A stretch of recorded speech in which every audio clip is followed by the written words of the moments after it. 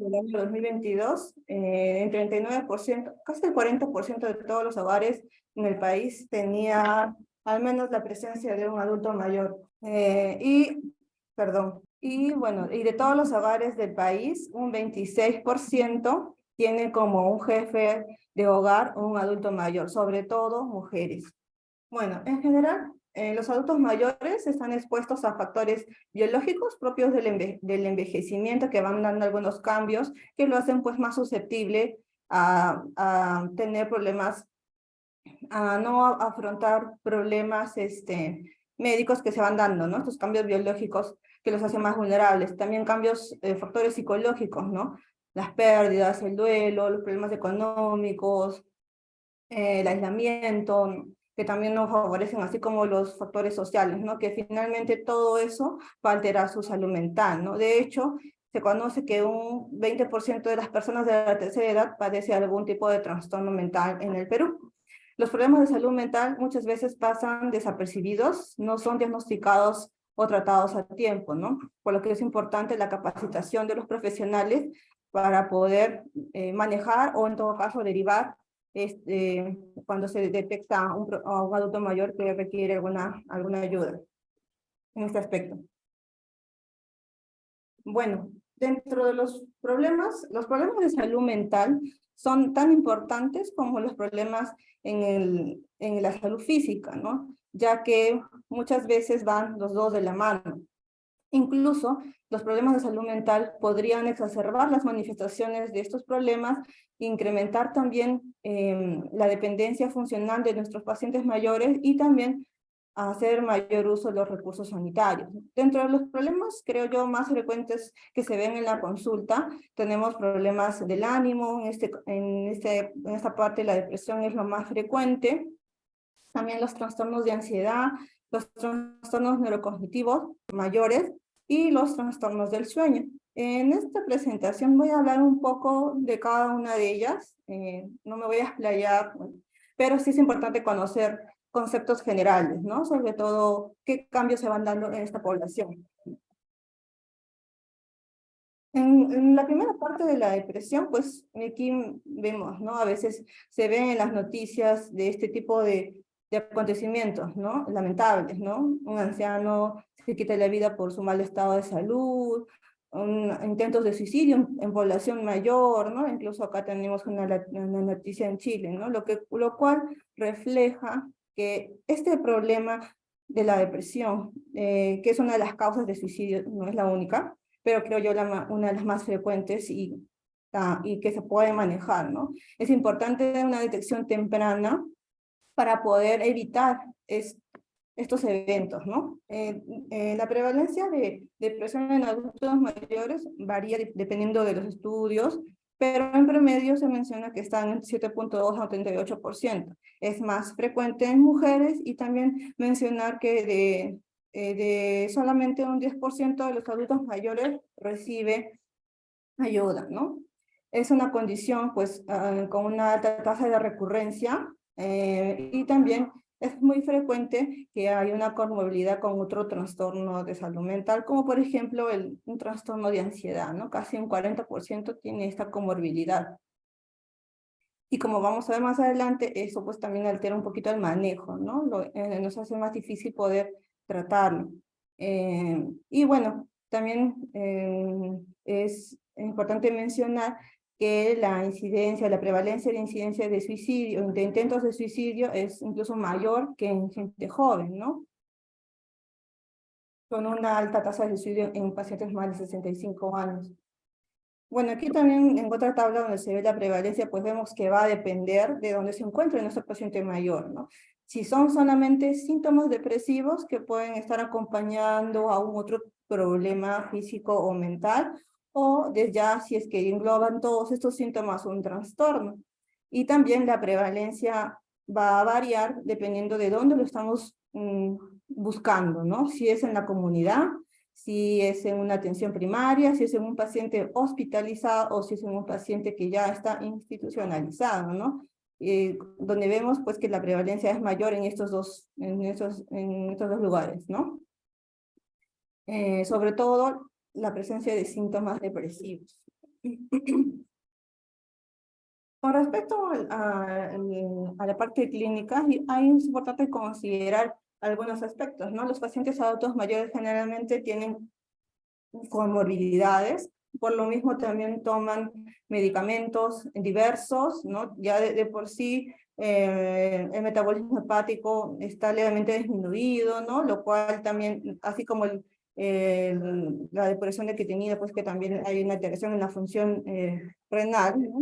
Pero es algo leve. Que todo esto hace pues que el uso de medicamentos podría dar efectos adversos si es que no consideramos estos aspectos cuando se le va a dosificar a nuestro paciente, y además también es frecuente que ya presenten un deterioro cognitivo, ¿no? Y pues es muy importante que a veces por este problema ellos no pueden reportar muchas veces sus síntomas, e incluso la medicación también debe ser supervisada en estos casos, ¿no? Con respecto a cómo se presentan nuestros síntomas depresivos en las personas mayores, no siempre vamos a esperar un cambio en cuanto a los síntomas. De hecho, la mayoría de nuestros pacientes mayores va a presentarse con síntomas de ánimo triste, problemas de sueño, del apetito, anedonia, ¿no? Pero también hay un grupo de personas, como los jóvenes, pero también hay un grupo de personas mayores que sus síntomas van a ser un poquito distintos, ¿no? Donde van a tener de repente mayor irritabilidad, no van a expresar claramente la tristeza que tienen, es más, a veces más conductual, donde también puede haber mayor irritabilidad, sobre todo si de fondo también tiene ya un problema cognitivo, o incluso este problema del ánimo pues también va a alterar la función cognitiva, ¿no? Y muchas veces también tienen ahí la duda si es que estos problemas de memoria es porque tengo una demencia o es porque está deprimida. Entonces, porque al no estar atento, concentrado en hacer las tareas, pues pueden cometer más errores, ¿no? Y obviamente también no van a grabar la información, entonces van a olvidar más fácilmente las cosas, ¿no?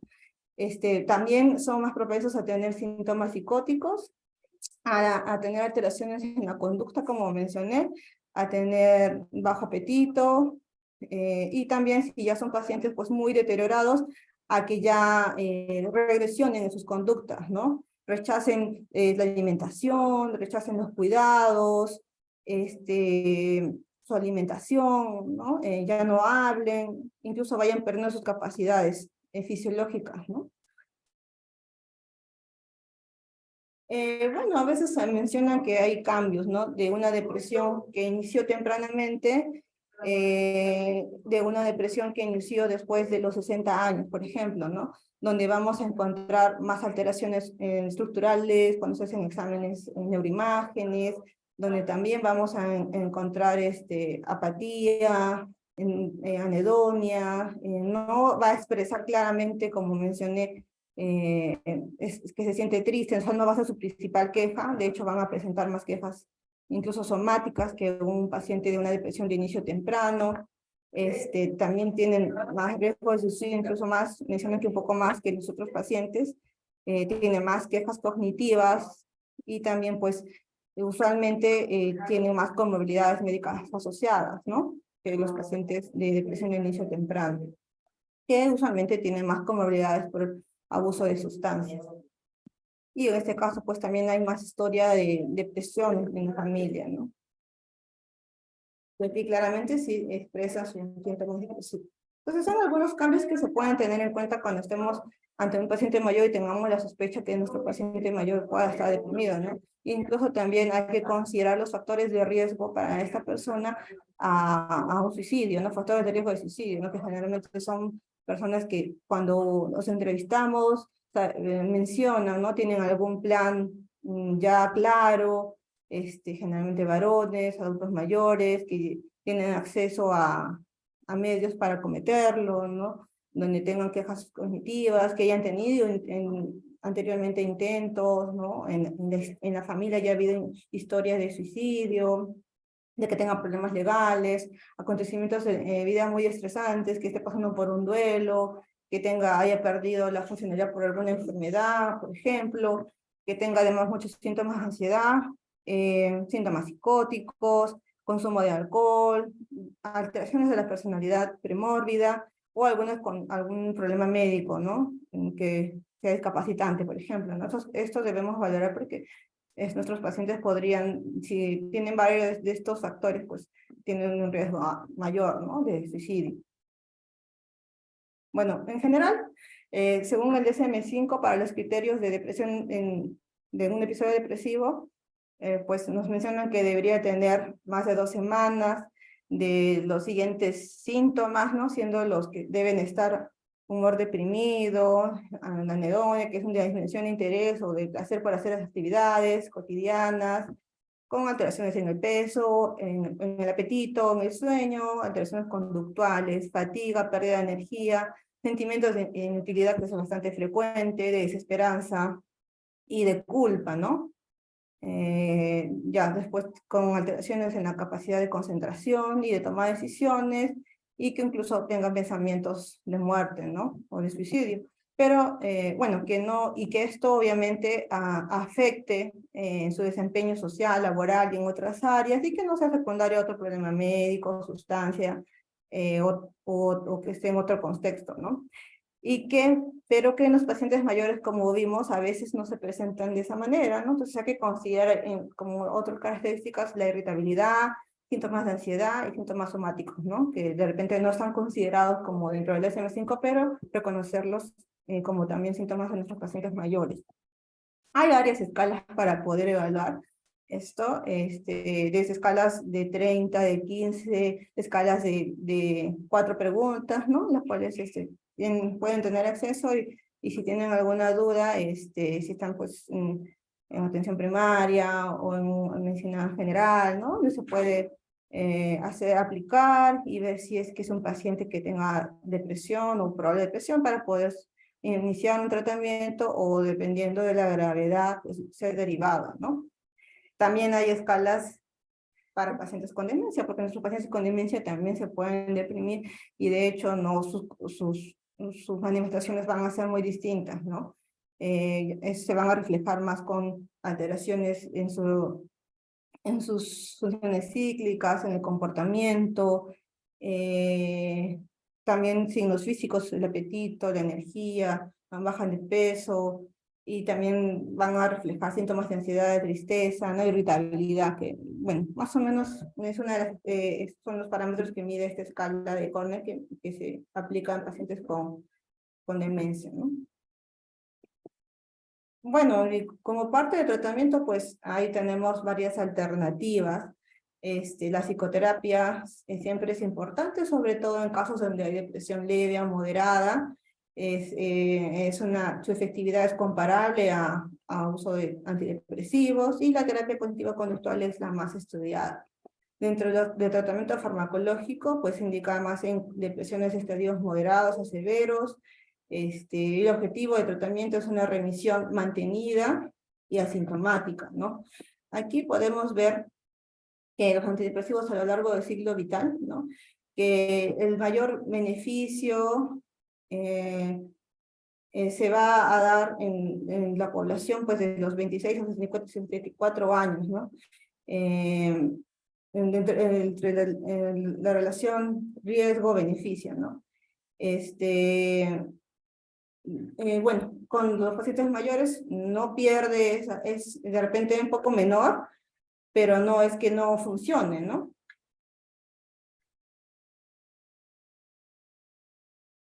Y bueno, como mencioné, como objetivo de tratamiento es una remisión mantenida, ¿no?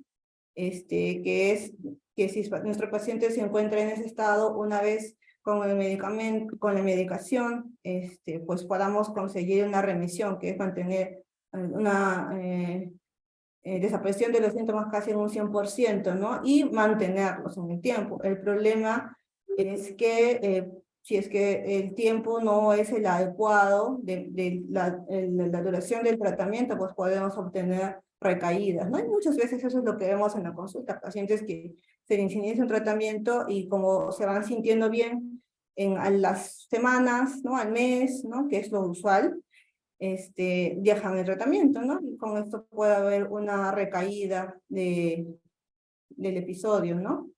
Ya el doctor Mateo en la mañana habló acerca del tratamiento antidepresivo, ¿no? Así que no me voy a explayar en esta parte. Y bueno, pues nada más mencionar, ¿no? Los medicamentos que tenemos dentro de los diferentes tipos y los efectos que puede tener los medicamentos, ¿no? En cuanto a su efecto anticolinérgico, si eso tiene efectos sedantes, si tiene afectaciones en la presión, si genera algún grado de hipotensión, alteraciones en el QT, la toxicidad gastrointestinal, si queremos conseguir algo en el peso, o si generan disfunción sexual, ¿no? Que son puntos importantes a considerar para elegir la mejor alternativa para nuestro paciente, ¿no? Teniendo también en cuenta las comorbilidades del paciente y qué es lo que queremos conseguir con la medicación. Ahí en la mañana el doctor Mateo habló acerca de esta parte. Y bueno, otro tipo de tratamiento, tenemos tratamiento de neuroestimulación, bueno, la terapia electroconvulsiva es el gold estándar, también en pacientes mayores con una tasa de respuesta del 70 al 80%. Hay otros tratamientos, ¿no? Que tienen de repente menos evidencia, como estimulación transcraneal, magnética transcraneal, y bueno, otros alternativos de tratamiento de neuroestimulación. Y bueno, tratamientos alternativos, ¿no? Es muy importante además acompañar de nuestra intervención psicoterapéutica farmacológica, recomendar que el paciente haga ejercicios, ¿no? Actividad, yoga, ejercicios de relajación, acupuntura, entre otras alternativas, ¿no? Para conseguir un mejor resultado. Con respecto al trastorno de ansiedad, bueno, que eso también otro de los problemas frecuentes. Bueno, mencionar que la ansiedad pues es una respuesta de anticipación involuntaria frente a estímulos que son percibidos como amenazantes o peligrosos, ¿no? Y eso es algo pues normal, ¿no? Uno tiene miedo ante situaciones nuevas, ¿no? O que puedan ser peligrosas, ¿no? Y esto nos va a generar una sensación desagradable o incluso en algunos casos pueden presentarse algunos síntomas vegetativos, ¿no? A esto me refiero con diarrea, bigastralgia, sudoración, inquietud, palpitaciones, taquicardia, parestesias, problemas, urgencia miccional, síncope, vértigos, mareos, ¿no? De hecho, estos son los síntomas por los que nuestros pacientes que tienen problemas de ansiedad van, ¿no? Al gastroenterólogo, al cardiólogo, al médico internista, al neurólogo, al urólogo, y pues a veces si no se aborda de forma integral, podríamos hacer que nuestro paciente pues esté lleno de varios medicamentos, ¿no? De todas maneras, obviamente, siendo una persona mayor, es importante que se haga un descarte de un problema médico, ¿no? Pero también depende de la historia clínica, cómo nos presente los síntomas, ¿no? La evolución, el tiempo, ¿no? Para poder ver si es que esto si es un síntoma de algún problema médico físico o si es un tema de ansiedad, ¿no? Bueno, el trastorno de ansiedad ya es una respuesta que es desproporcionada a estímulos o a situaciones ambientales que en general no son extremas por la mayoría de la población, ¿no? Ya esto ya lo lleva a un grado de trastorno, porque como mencioné, la ansiedad pues es algo normal, ¿no? ¿Y qué consecuencias nos trae estos trastornos de ansiedad en nuestros pacientes mayores? A mayor discapacidad, disminución de su calidad de vida también, pues así como la depresión también está asociado a problemas cognitivos, mayor uso de recursos de salud y también no recuperación después de problemas médicos, ¿no? Bueno, los tipos, dentro de los trastornos de ansiedad, pues tenemos, dentro del gran grupo de trastornos de ansiedad, pues tenemos varias patologías, ¿no? Y como vemos, van cambiando su prevalencia a lo largo de la vida. En la gente joven, ¿no? Pues es más frecuente las fobias, el trastorno de ansiedad generalizada, que de repente es lo más frecuente, ¿no? El trastorno de estrés postraumático también está presente, trastorno de pánico, ¿no? que pues la prevalencia va cambiando conforme van pasando los años, ¿no? Y ya en la población adulta mayor, dentro de los trastornos más frecuentes, pues acá tenemos que a la cabeza estaría el trastorno de ansiedad generalizada, que también tiene un pico en este grupo poblacional, y también pues aparece un miedo a las caídas, que es algo bastante frecuente, ¿no? En pacientes que incluso no han tenido una caída, y más aún en los que sí la han tenido, ¿no? Que ya a veces ya no quieren caminar, les genera mucha ansiedad, no quieren salir, ¿no? Es un problema que sí ya es más de la tercera edad, ¿no? Y bueno, los otros trastornos, como por ejemplo el pánico u otros problemas ya son, o fobia, pues ya son menos frecuentes. Es por eso, bueno, aquí menciono que la prevalencia de síntomas de ansiedad en adultos mayores está presente entre un 15 y 56%. Bueno, el DSM-5 nos va a clasificar estos trastornos de ansiedad en en diferentes grupos. Bueno, de todos ellos, de repente los más frecuentes que he considerado para esta presentación, pues el trastorno de ansiedad generalizada, ¿no? Que es la que más se ve en los pacientes mayores. Bueno, también están lo de TOC y trastorno de estrés postraumático, dentro de los otros grupos que tienen que ver con síntomas de ansiedad.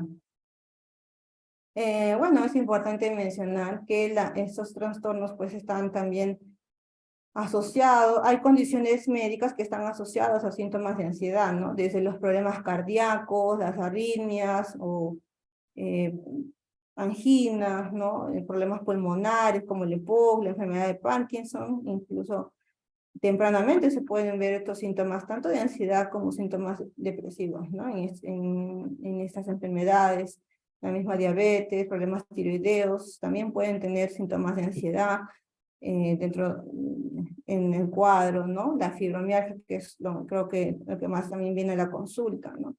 Que además pues también tienen problemas de sueño, ¿no? En colon irritable, ¿no?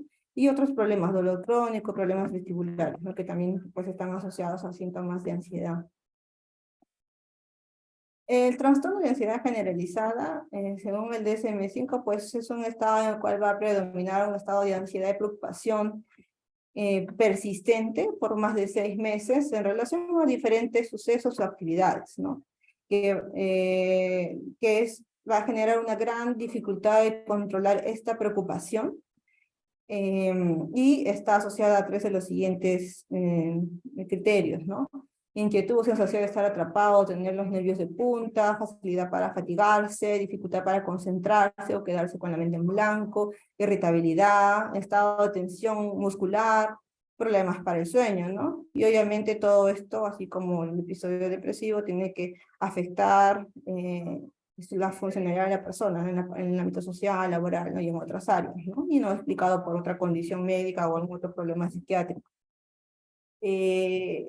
Como habíamos mencionado, visto en el gráfico, el inicio puede ser desde una etapa temprana, como también otro pico pues, en las personas adultos mayores, ¿no? Generalmente la evolución es crónica y es fluctuante. Puede haber coexistencia con algún problema, con un problema médico, en un 50-90% puede estar asociado a otro problema mental. Dentro de ellos, la depresión es la más frecuente comorbilidad con este trastorno de ansiedad. Incluso se menciona que la combinación de ambos puede incluso aumentar el riesgo suicida, ¿no? Las consecuencias, pues, de estar presente de ese trastorno de ansiedad generalizada de inicio tardío altera la funcionalidad y la percepción de salud, ¿no? Y también altera la calidad de vida. Aquí en esta gráfica traté de mostrar más o menos lo que suele preocupar más a un joven, ¿no? Los problemas de trabajo, los estudios, ¿no? Los problemas de pareja. En cambio, en las personas mayores, esta preocupación va a cambiar, ¿no? Se preocupan más por su salud y por el bienestar de sus seres queridos. Y aquí pues vemos que tanto la ansiedad como la depresión van a compartir muchos síntomas, ¿no? El estrés emocional, la fatiga, la dificultad en la concentración, la memoria, la rumiación, o la preocupación, y esta combinación de presentación, pues incluso se dice que es más frecuente en que haya síntomas de ansiedad o la comorbilidad con síntomas de ansiedad o trastorno de ansiedad puede estar, es frecuente en la depresión de los adultos mayores, ¿no? Ya que el 23% de adultos mayores deprimidos tienen también trastorno de ansiedad. Bueno, también existen escalas varias, ¿no? Para personas también incluso mayores. Bueno, aquí solamente puse una, ¿no? La escala de ansiedad de Zoom, donde pues van preguntando acerca de lo que les he mencionado, los síntomas que tiene, la preocupación, el estado de tensión constante, ¿no? Que podrían utilizar. Bueno, y también hay otras, ¿no? La escala de preocupación de Pensilvania, bueno, hay otras escalas también, incluso modificadas incluso para pacientes adultos mayores. Y bueno, con respecto al tratamiento, pues en realidad es algo similar a los medicamentos que usamos en la depresión, y también pues va a depender del que vamos a elegir, va a depender de lo que queremos conseguir en el paciente, ¿no? Si queremos que duerma, si queremos que aumente su apetito, si queremos algún medicamento que no tenga interacciones porque ya viene tomando muchos, pues consideremos el citalopram, la sertralina, ¿no? Como primera opción, ¿no? Si tiene mucho dolor, pues vamos agregando de repente algún otro medicamento que también nos pueda ayudar, ¿no? Por ejemplo, la pregabalina, o si es que ya no hay una respuesta adecuada y requiere algún otro medicamento, ¿no? Podemos agregar quetiapina, ¿no? Va a depender mucho de lo que busquemos nuestro objetivo en el manejo del paciente. En cuanto a los trastornos neuroconductivos mayor, bueno, la demencia como tal, es una condición pues bastante frecuente porque también va a depender de la edad, ¿no? En el 2018 se mencionaron que había 50 millones de personas diagnosticadas con demencia, ¿no? Y para el 2050 se proyectó que iba a haber una cantidad de 152 millones de casos, sobre todo en países de medianos y bajos recursos. En la prevalencia estimada de demencia en un adulto de más de 60 años es del 5 a 7%, ¿no? Y estudios a nivel de Latinoamérica arrojaron valores de alrededor de 8%, 8.5%. La enfermedad de Alzheimer pues representa de un 60 a 75% de todos los casos de trastorno neurocognitivo mayor. Es la enfermedad neurodegenerativa más frecuente. Y la prevalencia de este problema pues también va a aumentar con la edad, ¿no? Aquí, por ejemplo, pues la prevalencia era de 1 a 4% en pacientes de menos de 65 años y tenía una prevalencia de 30% en pacientes de 85 años, ¿no? Y bueno, pues el manejo de este problema representa un costo global, ¿no? Que estimado se calcula en $1 billón anual. Bueno, cuando estamos ante una demencia, pues entendemos que es un trastorno neuropsiquiátrico que es adquirido, en la cual vamos a ver alteraciones en diferentes ámbitos. En la parte cognitiva, con los problemas de memoria, con los problemas de lenguaje, con los problemas de orientación, además con los problemas de cálculo, de la ejecución de tareas, también alteraciones también es importante ver el impacto de estas alteraciones en la funcionalidad, ¿no? Si el paciente ya no puede cocinar, si el paciente no puede salir a comprar, si no puede tomar sus medicamentos, si ya no puede vestirse, si ya no puede comer, cuán afectada está la funcionalidad de la persona, ¿no? También estos problemas pues van a ver en mayor o menor grado, dependiendo del estadio de la demencia, pues también van a tener alteraciones motoras. Y también, y creo yo dentro de lo más frecuente y de repente lo que más preocupa a la familia, son los síntomas neuropsiquiátricos, ¿no? Que son las alteraciones no cognitivas, en las cuales vamos a ver cambios en la personalidad, cambios en la conducta, cambios en el sueño, en la alimentación, la actividad, la inquietud, ¿no? Cambios en el afecto, e incluso también síntomas psicóticos, ¿no? Creo que esto de repente es lo que ya trae al paciente a la consulta muchas veces, ¿no? Cuando ya no pueden lidiar con estos problemas, ¿no? Con estos síntomas neuropsiquiátricos. Entonces, todo esto hace que haya una disminución en la calidad de vida, incrementa la mortalidad, incrementa la institucionalización, la discapacidad, la carga del cuidador. Es por eso que es importante también evaluar al cuidador, que muchas veces pues es una persona que no está preparada, ¿no? Usualmente suele ser la pareja, o la nuera, o algún un hijo, ¿no? El hijo que pues, se queda solo, se hace cargo de la persona, y muchas veces la familia pues no está preparada, ¿no? Cuando ya tienen una persona que requiere este tipo de cuidados. Y obviamente, pues todo eso también aumentan los costos para el cuidado, ¿no? Ya que los medicamentos en general pues son usualmente costosos, ¿no? Y a veces requieren varios medicamentos, porque además tienen también otros problemas, ¿no? Bueno, como en la fisiopatología, hay varias teorías que tratan de explicar por qué se da este deterioro, ¿no? De lo más conocido que hay, pues, un depósito de extracelular, ¿no? Que son las placas amiloides, ¿no? Que se van depositando en ciertas áreas de la corteza, y va, pues, este depósito va avanzando como va progresando la enfermedad. También hay daño intracelular con los ovillos neurofibrilares, el cual se va acumulando también dentro de las neuronas, y al tener estos cambios van a haber también cambios estructurales, lo que va a derivar en desestabilización de los microtúbulos, del citoesqueleto de la neurona y muerte neuronal, ¿no? Además, aparte de estos cambios que se van dando, entre la cantidad, porque también a veces estos depósitos pueden darse con un envejecimiento normal, pero también varía la ubicación y la cantidad cuando estamos ya en un problema ya de una demencia. En este caso estamos hablando de Alzheimer.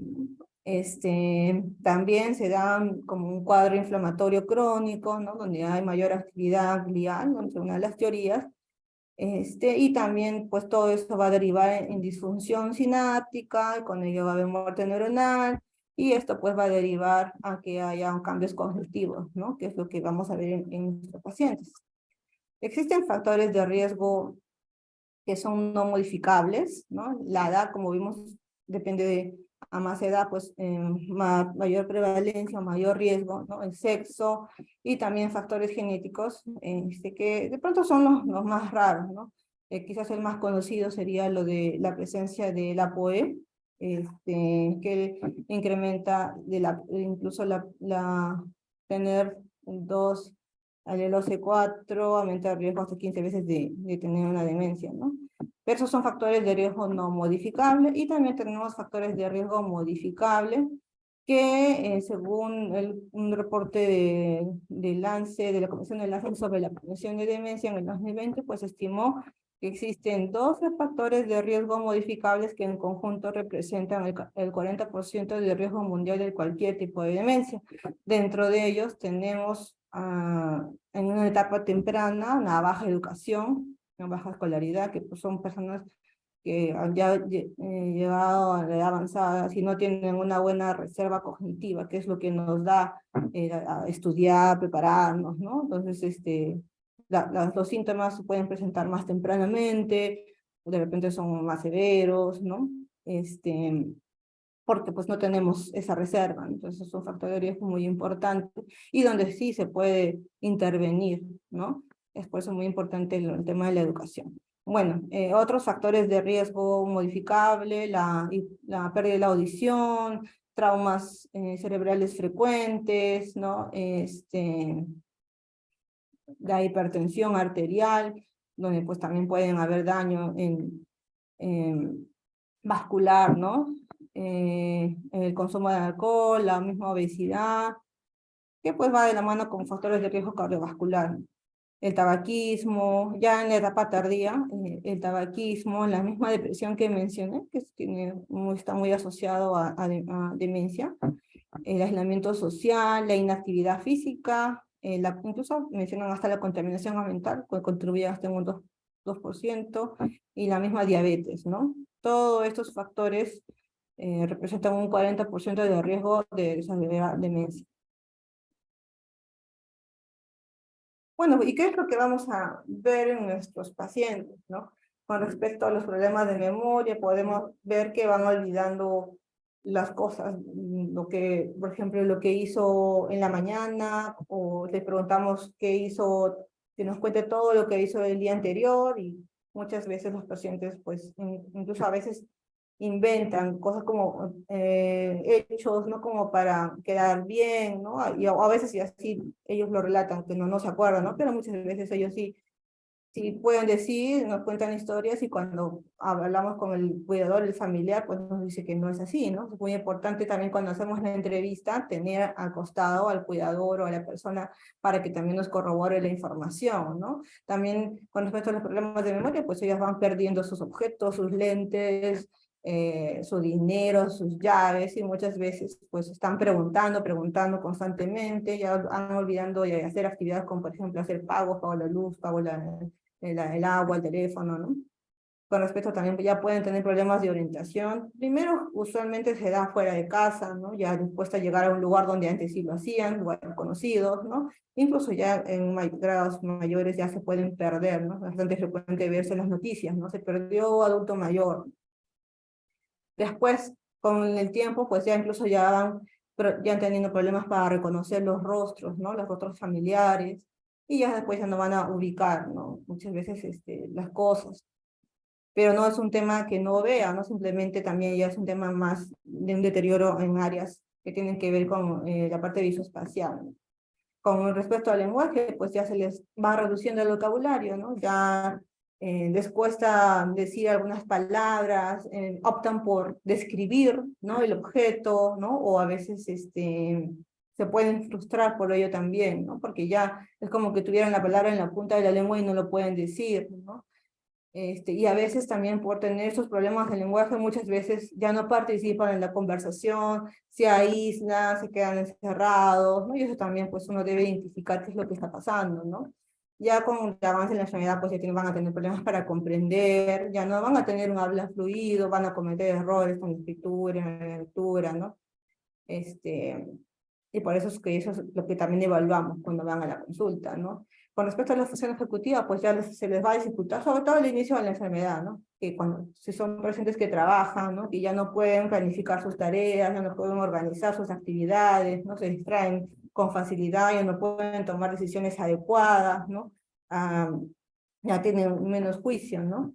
De resolver alguna tarea, ya se les dificulta ya hacer cálculos, van a pagar, van al mercado y a veces no saben recibir el cambio, muchas veces les pueden engañar, ya no van, ya les va a ser difícil poder usar incluso un celular, su lavadora, el control remoto, ya, pues también con respecto a la parte motora, pues van a tener a veces movimientos repetitivos, caídas, falta de coordinación, pueden empezar a tener temblores.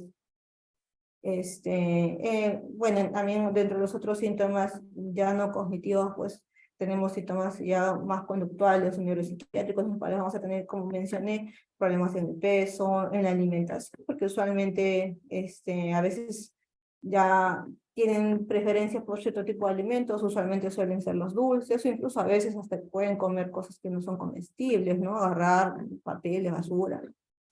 Y bueno, problemas del sueño y los otros síntomas que he mencionado, ¿no? Entonces, todo eso es lo que debemos explorar en un paciente que tiene un problema cognitivo, ¿no? Con respecto a cómo evoluciona la enfermedad, pues vemos que nosotros cuando tenemos un paciente con demencia, ya lo vemos acá, casi ya en la última etapa de todo el continuum de la enfermedad, ¿no? Porque en esta etapa es donde ya el paciente empieza a tener síntomas y se va deteriorando ya clínicamente. Pero es importante conocer que existen etapas anteriores, ¿no? En las cuales no hay síntomas, que empiezan incluso 20 años antes, como antes de que empiecen a ya manifestarse levemente, ¿no?, los síntomas, ¿no? Y estos cambios se van viendo en exámenes especiales, ¿no? Al menos no creo, no desconozco si hay esos exámenes para esto, pues se utilizan algunos biomarcadores, ¿no? Que se utilizan más que todo en la parte de investigación. Pero más o menos la gráfica era para que se vea cómo es la evolución de la enfermedad, ¿no? Y el tiempo, ¿no?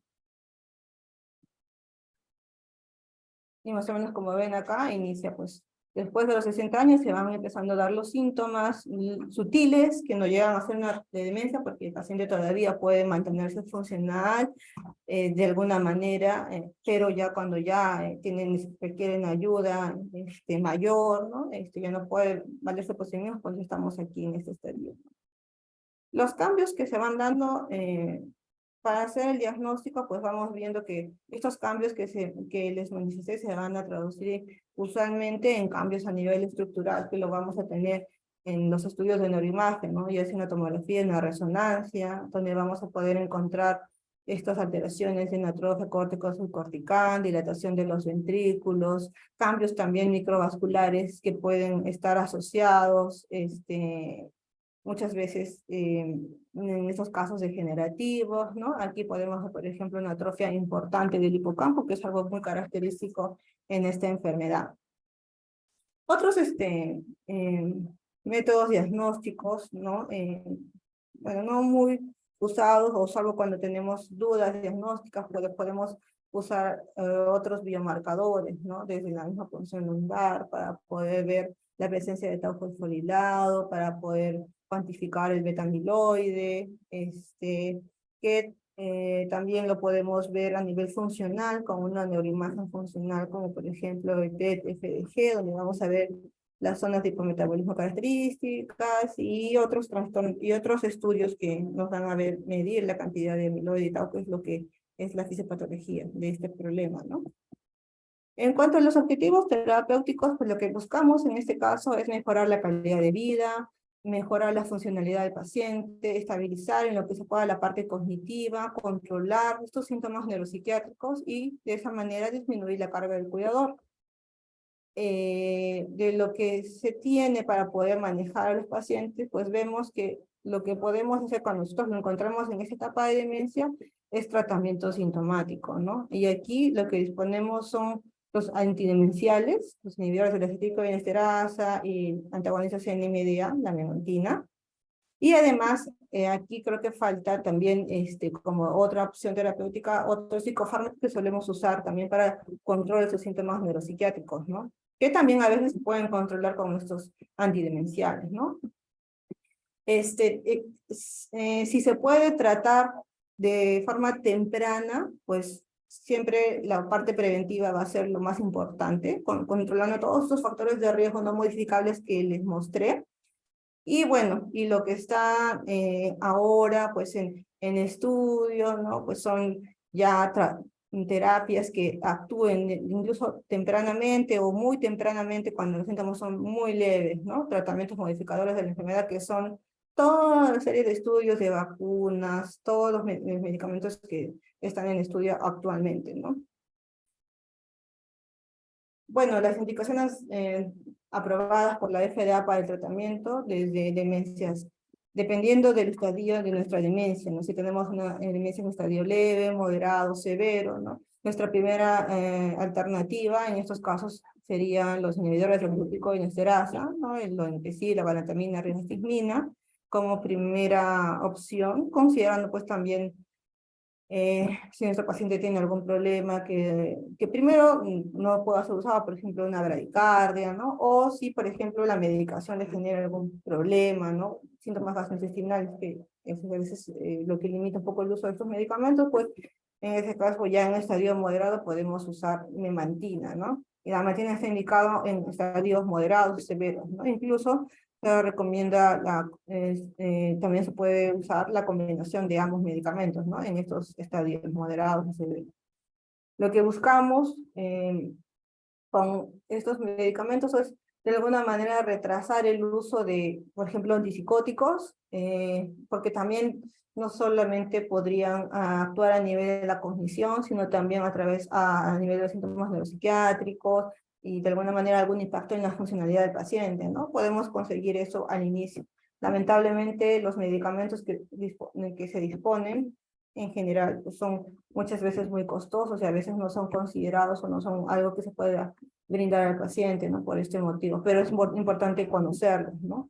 Si es que nuestro paciente pues no responde o ya tiene conductas disruptivas que requieren algún tipo de otro manejo, ¿no? Por ejemplo, si está nuestro paciente con mucha ansiedad, síntomas de ansiedad, inquietud, si está con síntomas depresivos, llora, está muy irritable, ¿no?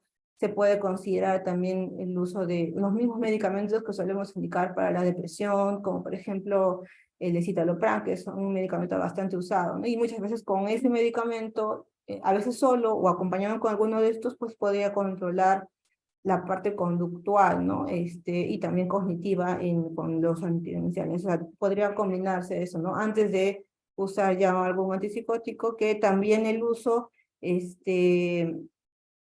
se debe considerar como de un tiempo corto y ver si es que controlando la situación que puede haber desencadenado alguna conducta disruptiva, pues ya mejora, ¿no? Y a menos que sea necesario mantener con los medicamentos, idealmente siempre con la mínima dosis, ¿no? Por los efectos que pueden traer.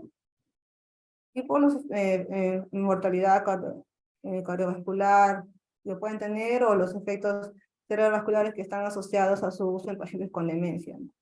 Sin embargo, no es que no se podrían utilizar, de hecho a veces es con lo que podemos controlar algunos síntomas, sobre todo psicóticos, ¿no? En nuestros pacientes.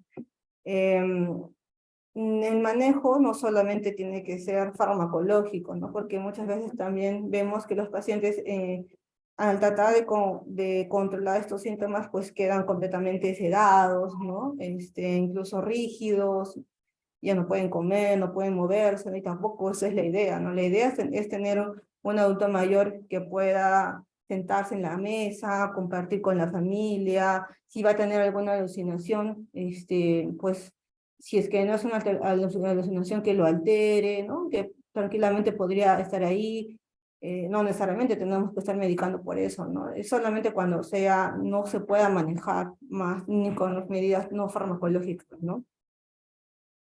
Es por eso importante la psicoeducación al cuidador, a la familia, ¿no? Porque muchas veces también se ve que las personas no entienden por qué, digamos, un adulto mayor está muy molesto siempre con uno de los hijos, ¿no?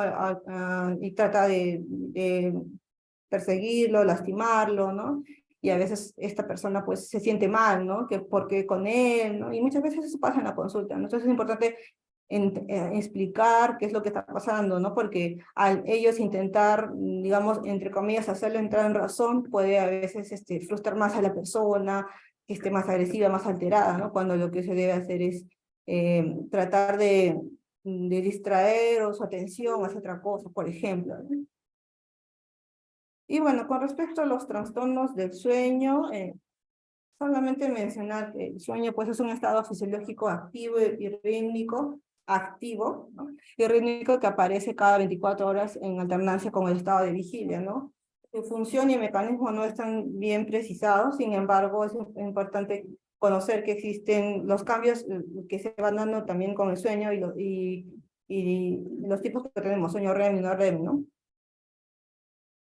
Las funciones del sueño, al menos conocidas, son restablecimiento y la conservación de la energía, eliminación de radicales libres acumulados en el día, regulación y la restauración de la actividad eléctrica cortical, regulación térmica, regulación metabólica y endocrina, homeostasis sináptica, activación inmunológica y consolidación de la memoria.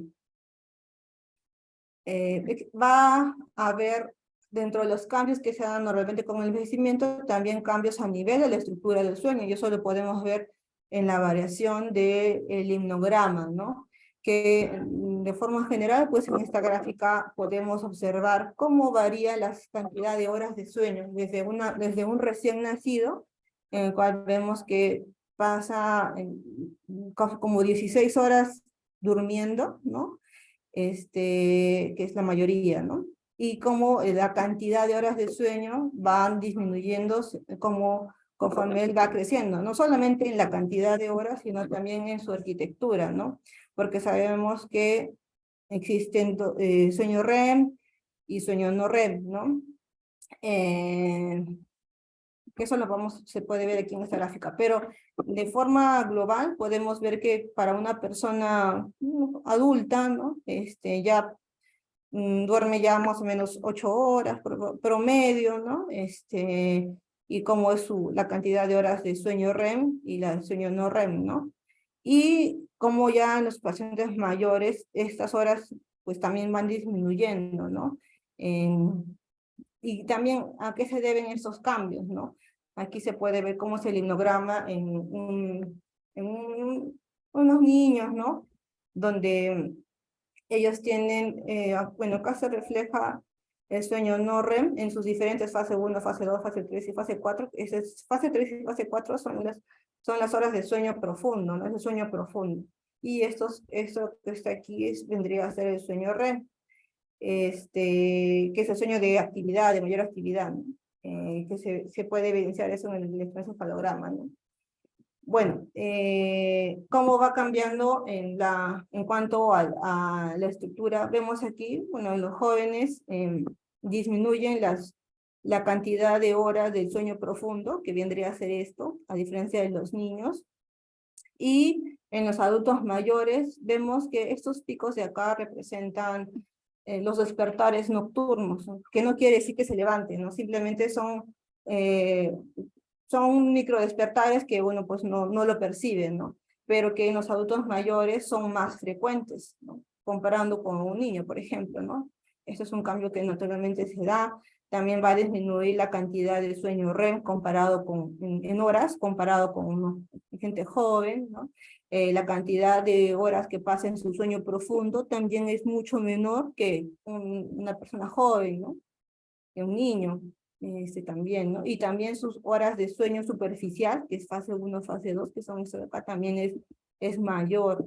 Entonces, esos son algunos cambios que se dan, ¿no? Normalmente con el envejecimiento que hace que pues, sea más vulnerable a que si además tiene algún problema médico, psiquiátrico o con algún medicamento o alguna condición que uno debe explorar porque el paciente no duerme, pues favorece, ¿no? Estos problemas del sueño. Entonces, estos problemas del sueño son quejas frecuentes en los pacientes mayores, ¿no? Donde disminuye la calidad y la duración del sueño.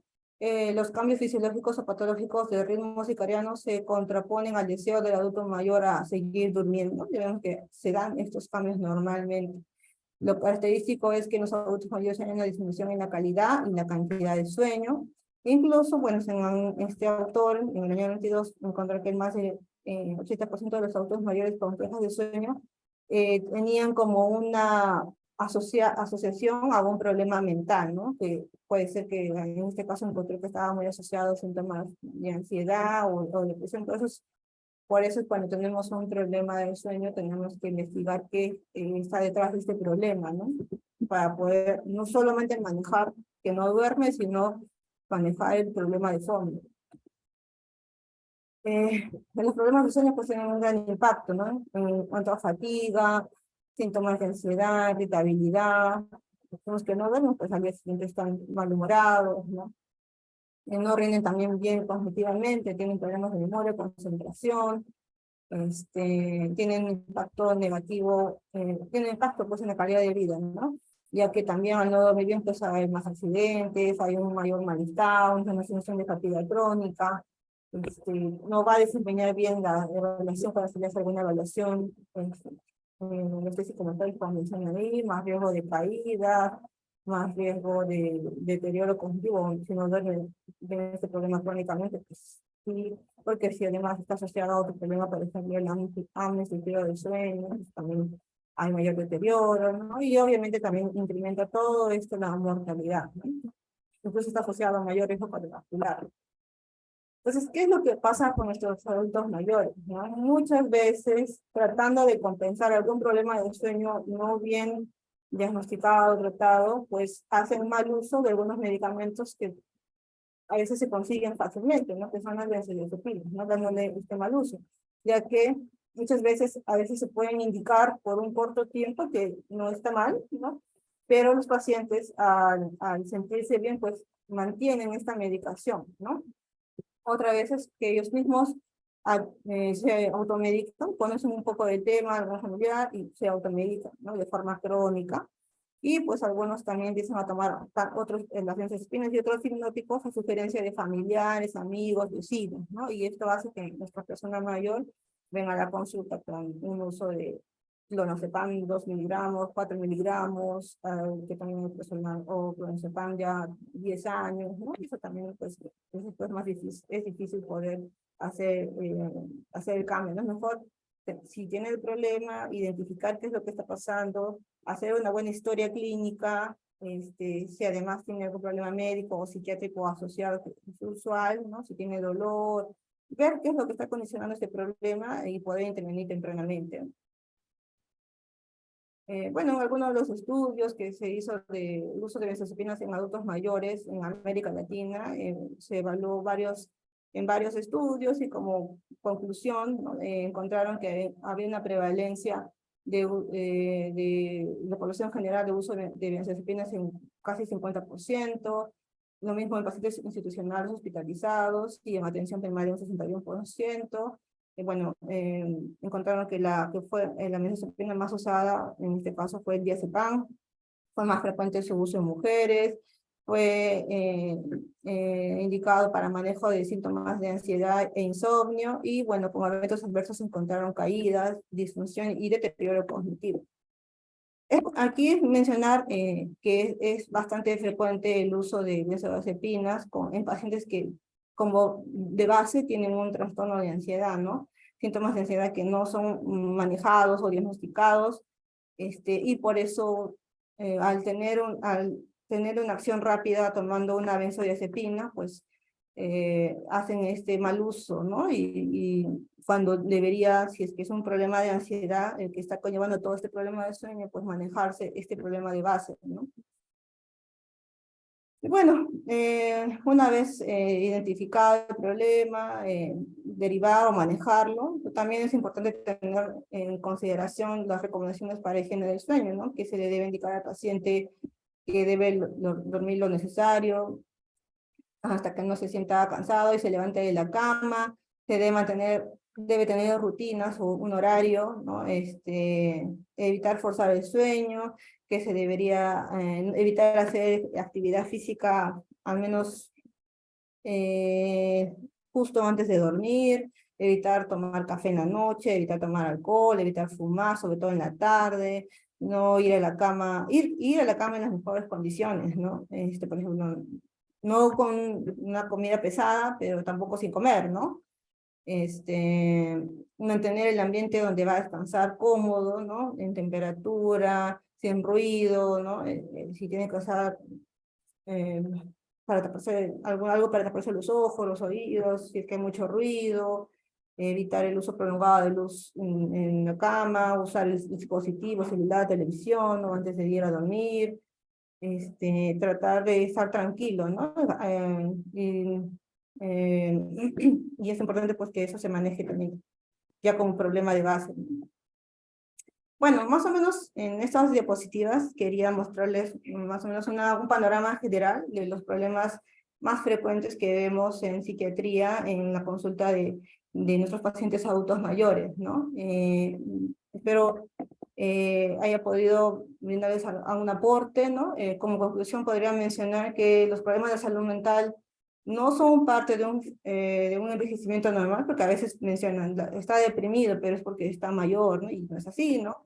Es importante reconocer tempranamente estos problemas para darle un manejo oportuno. Con respecto al manejo, pues va a depender de las propiedades del medicamento y las comodidades de la persona. y los cambios que se van dando también asociados al envejecimiento, ¿no? Y obviamente siempre va a ser mejor hacer una intervención multidisciplinaria, ¿no? Para poder conseguir mejores resultados, ya sea con psicología, geriatría, neurología, terapia física, porque muchas veces hay dolor de por medio, y con todo ello, pues, hacer que nuestro paciente tenga una mejor calidad de vida. Gracias.